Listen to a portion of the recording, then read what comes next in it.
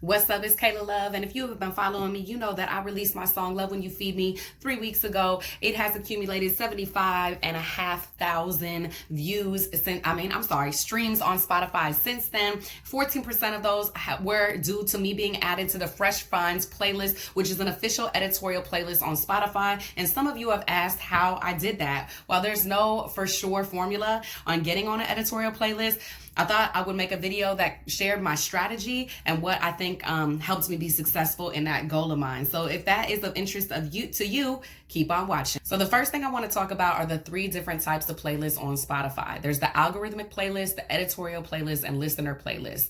Later on in the video, I'll talk about how these are related. But first, the algorithmic playlists are like the Discover Weekly, the Release Radar, Artist Radio, etc. And these playlists are curated by the algorithm, and it takes into account listeners' behavior. So some things that it might take into account are how long somebody listens to that song, if they skip over the song, if they save the song, if they add it to a playlist, etc., etc. And then that's how it gets generated on those type of playlists, right?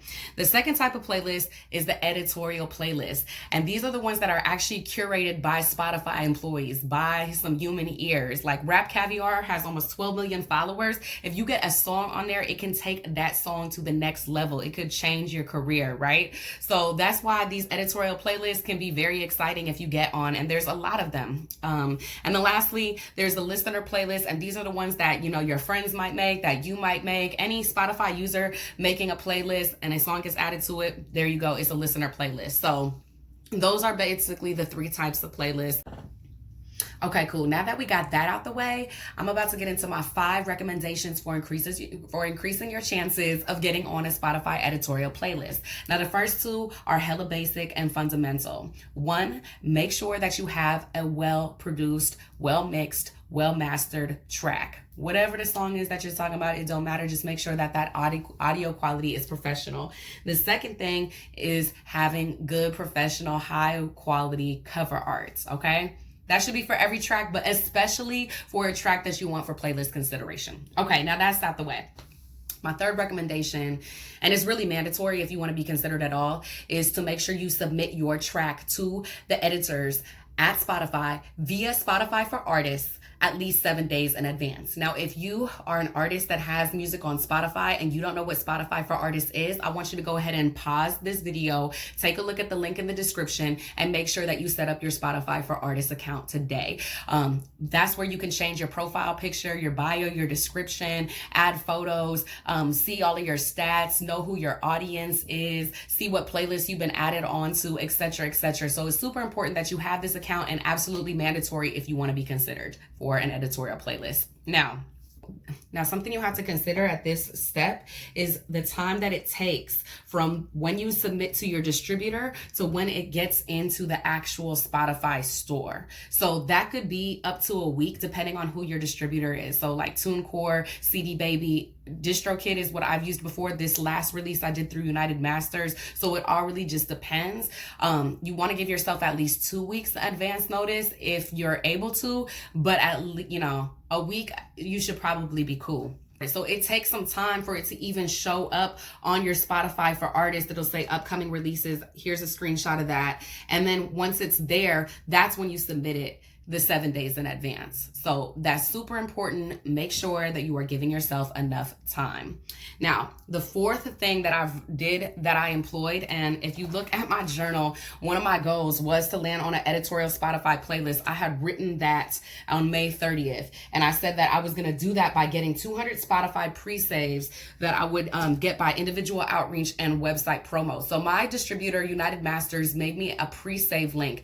And what I was able to do with that is send that to friends, family, supporters, fans, and say, hey, would you please pre-save my song on Spotify?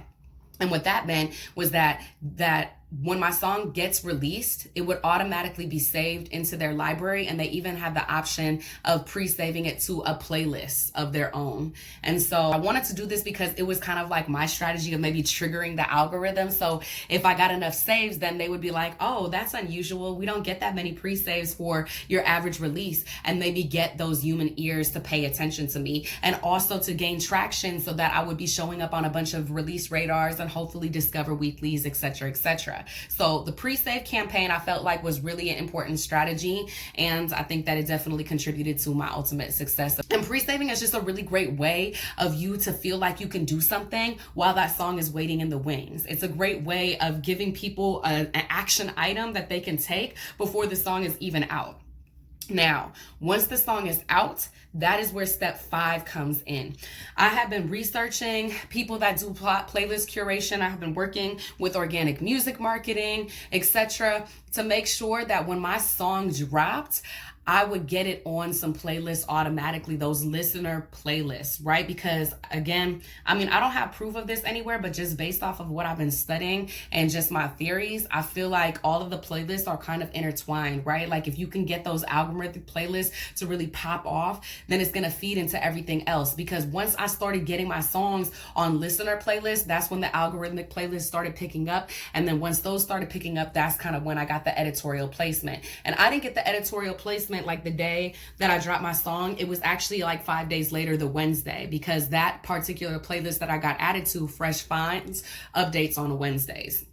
So I hope that these tips have been helpful for you and at least maybe cleared up some of confusion around Spotify playlists. I'm Kayla Love. Make sure that you go follow me on Spotify and check out my tune Love When You Feed Me. Until next time.